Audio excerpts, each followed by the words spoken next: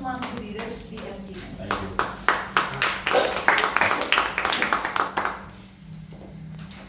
you.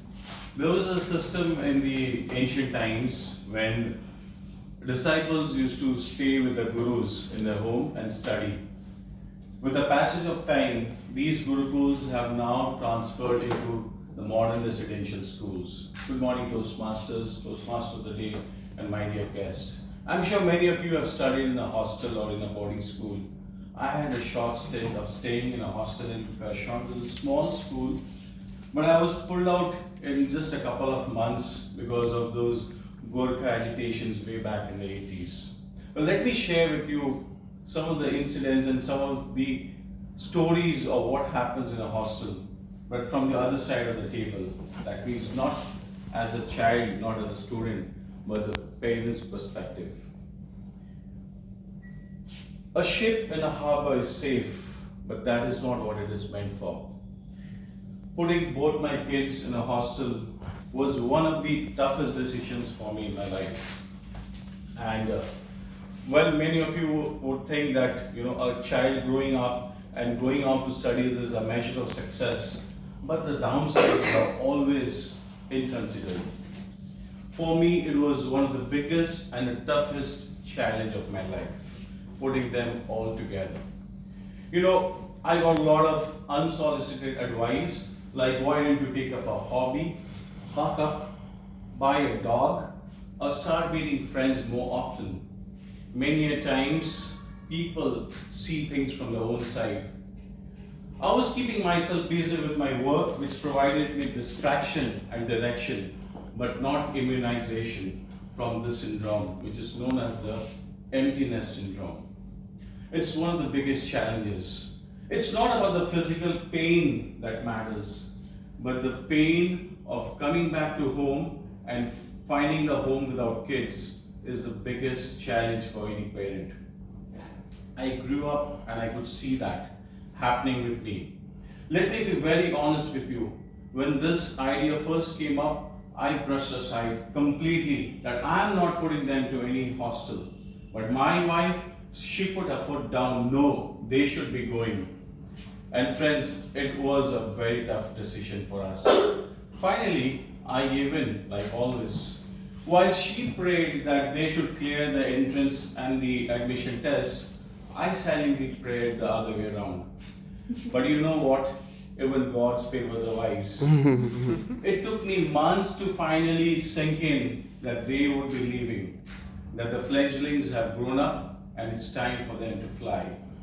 We did all the preparations for them to finally move to that school, right from deciding on where we would go, how we would go, where we would put up, taking them around the local city, so that on the final day we are all set, with the technical aspects taken well care of and the emotional aspects left unattended. I'm not a shopping guy, but this time I took keen interest in every shopping, because after all they were setting up a home outside a home. So the little nitty-gritties of their uniform, their clothes, the socks, the shoes, the medical kits, the bags, the books, the winter garments, everything. And I was savoring it, enjoying it with them. But this emptiness syndrome had left me dejected and chapfallen. I was low in spirits, and I knew I'm gonna miss those moments with them of sharing that ice cream when I would take one bite and they would gobble down the whole chunk. I would miss that moment of playing cricket with them when I would be the fielder and these two brats would take turns batting. I knew I would miss that moment with them when I would be doing their homework assignments and they would sit down judging my drawing skills. It's really tough. Friends, the moment we arrived at the school, my little one was charmed by the entire setup. He ran inside the campus shouting, "Wow, Dad, I'm loving this." He went inside to meet his old friends whom he was meeting for the first time. My firstborn hugged me tight. looked directly into my eyes. We locked each other's eyes, trying to figure out who would be the first one to cry. But I had practiced it well. No emotions, perfect body language, voice control, and in control of the situation. We locked each other's eyes, trying to figure out who would be the first one to cry. And guess what? Tears betray you. Yeah. He hugged me tight, even tighter this time. And he cried like a little child.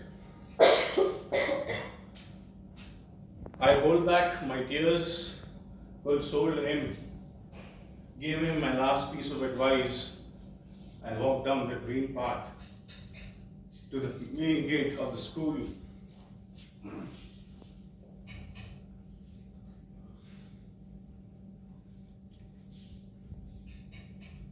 Till the main gate of the school. Still happy within me that this was the choice I need to make. And I was happy for them. Friends, my side of the story to you is that we as parents have a very difficult job to do. Right? We have a very difficult job to do. Parenting is amazing and a wonderful experience. And I would like to say you that chuck the gadgets, chuck them aside, spend some quality and quiet time with your children. Because one day they will grow and they'll grow really, really fast. And by the time you realize that they've grown, they will fly off.